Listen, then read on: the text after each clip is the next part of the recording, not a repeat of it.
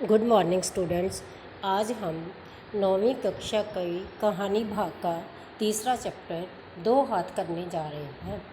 इसकी कवित्री डॉक्टर इंदु बाली है। इसमें इंदु बाली ने दो हाथों के महत्व के बारे में बताया कि डॉक्टर इंदु बाली द्वारा रचित कहानी दो हाथ मनोविज्ञान पर आधारित है। इस कहानी में लेखक ने एक बालिका की उस मानसिक दशा का वर्णन किया है जिसमें वह अपने हाथों को लेकर चिंतित रहती है, जिससे उसका संपूर्ण विकास नहीं हो पाता।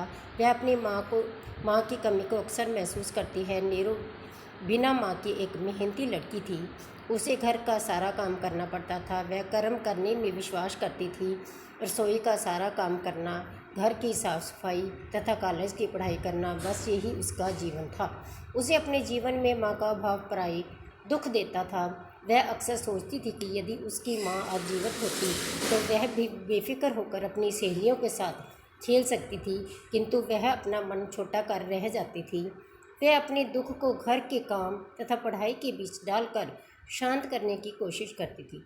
जब कभी पढ़ते और काम करते समय उसका ध्यान अपने हाथों की ओर जाता तो वह अत्यंत निराश और हताश हो जाती थी। अपनी निराशा को छुपाने के लिए वह तरह तरह के विचार करने लगती थी। यह सोचने लगती थी कि मोर के पैर भी तो करूप होते हैं, लेकिन वह फिर भी सुंदर है। इसी तरह क्या वह मोर से कम सुंदर है? घर में सारा काम करने के कारण उसके हाथ कट फट चुके हैं।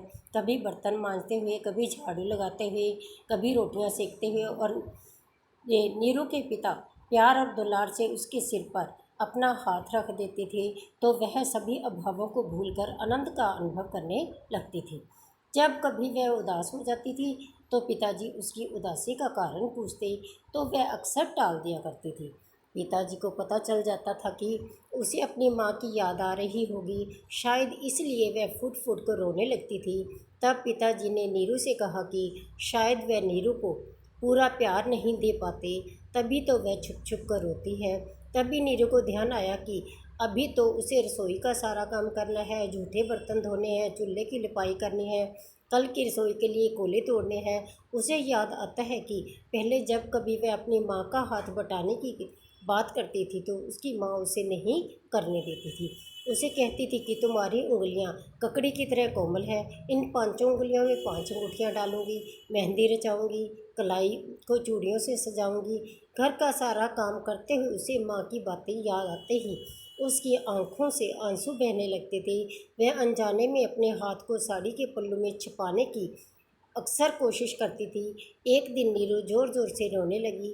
पिता के पूछने पर उसने बताया कि उसकी सभी सहेलियां गंदे भद्दे हाथों को देखकर उस पर हंसती हैं तथा कहती हैं तुझसे कोई शादी नहीं करेगा। तब पिताजी नीरू को समझाते हुए कहते हैं कि काम करने वाले की सुंदरता तो उसके हाथों में होती है। काम करने वाली लड़की तो शक्ति और संपन्नता की प्रतीक होती है। बेटी को कर्म और शक्ति का उपदेश देते देते वह गंभीर हो गए। पिता की बातों का नीरू पर इतना गहरा प्रभाव पड़ा, उसमें एक नई जागृति आ गई और उमंग भर गई। जब से नीरू की माँ का देहांत हुआ था तभी से उसने अपने बहन भाइयों की जिम्मेदारी का बोझ उठा रखा था। घर के काम में चलने वाले नीरू के दो हाथ पढ़ाई में भी खूब चलते थे। कॉलेज में वार्षिक उत्सव था तथा नीरू को काफ़ी ढेर सारे इनाम भी मिलने वाले थे। नीरू ने पढ़ाई के साथ साथ संगीत, चित्रकला तथा खेलों में बहुत से इनाम जीते थे। वार्षिक उत्सव को लेकर नीरू काफ़ी परेशानी में थी।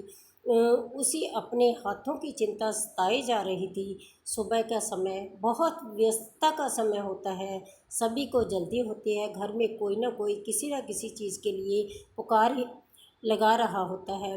नीरू घर का सारा काम निपटाकर कॉलेज में पहुंची।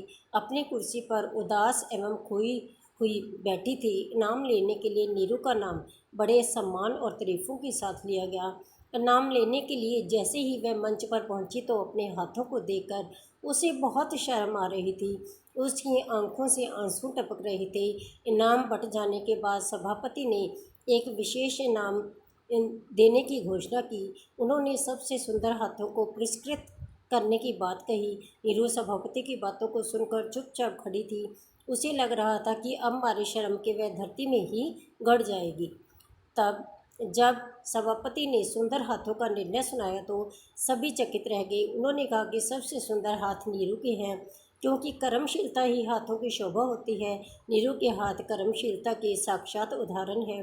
नीरू जब इनाम लेकर घर लौट रही थी तो वह धीर और गंभीर थी। आज उसे अपने गंदे हाथ बहुत सुंदर लग रहे थे। वह अपने हाथों को निरंतर देखती ही जा रही थी। अब उसे समझ में आ गया था कि कम करने में ही वास्तविक सौंदर्य है। आशा है कि आपको यह कहानी अच्छी तरह से समझ में आ गई होगी और आप कर्म करने में विश्वास करेंगे। Thank you. Have a nice day.